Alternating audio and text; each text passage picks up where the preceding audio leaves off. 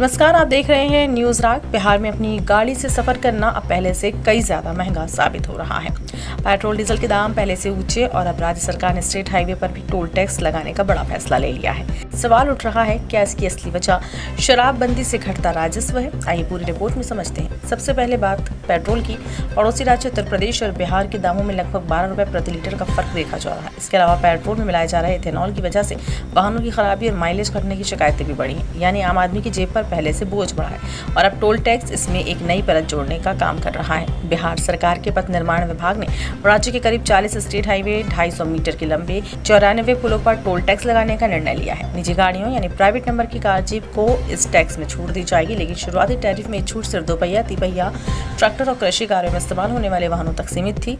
विपक्ष के दबाव और आगामी बांकीपुर उपचुनाव को देखते हुए सरकार ने अतिरिक्त छूट दी, लेकिन कमर्शियल वाहनों पर टैक्स पूरी तरह लागू रहेगा। अनुमान के मुताबिक हल्के कमर्शियल वाहन जैसे टैक्सी को 1000 किलोमीटर के सफर पर करीब 125 रुपए टोल देना होगा। बस और ट्रक के लिए ये दर 65 रुपए प्रति किलोमीटर तक जा सकती है, यानी 100 किलोमीटर पर लगभग 665 रुपए। मालवाहक बड़े वाहनों के लिए ये दर 8 रुपए 10 पैसे प्रति किलोमीटर तय की गई। जाहिर है ये अतिरिक्त खर्च किराए और सामान की कीमतों में के जरिए आम जनता की जेब पर सीधा पड़ेगा। गौर करने वाली बात यह कि 2018 तक बिहार के कुछ स्टेट हाईवे पर टैक्स लगता था, लेकिन नीतीश कुमार सरकार ने इसे हटा दिया था। तर्क है कि इससे ट्रैफिक जाम की समस्या बढ़ रही है। सरकार का एक लक्ष्य ये भी है कि बिहार के किसी भी कोने से पटना 5 घंटे में पहुंचा जा सके। हालांकि वह लक्ष्य पूरी तरह हासिल नहीं हो सका।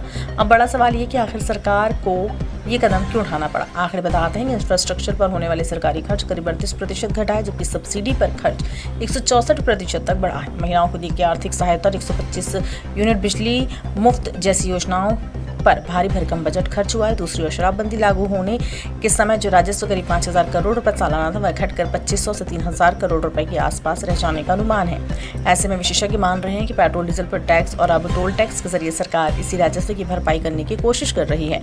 तो कुल मिलाकर तस्वीर साफ है। सड़कों की हालत भले बेहतर हुई हो, लेकिन जनता की जेब पर बोझ लगातार बढ़ता जा रहा है। मुफ्त बिजली जैसी राहत के बदले टोल टैक्स के रूप में एक नया खर्च जुड़ गया है। ये बहस अब सिर्फ सड़कों पर नहीं, बल्कि राज्य की वित्तीय नीति की दिशा पर भी है। न्यूज़ राग की इस रिपोर्ट पर आपकी क्या राय है, हमें कमेंट सेक्शन में जरूर बताएं।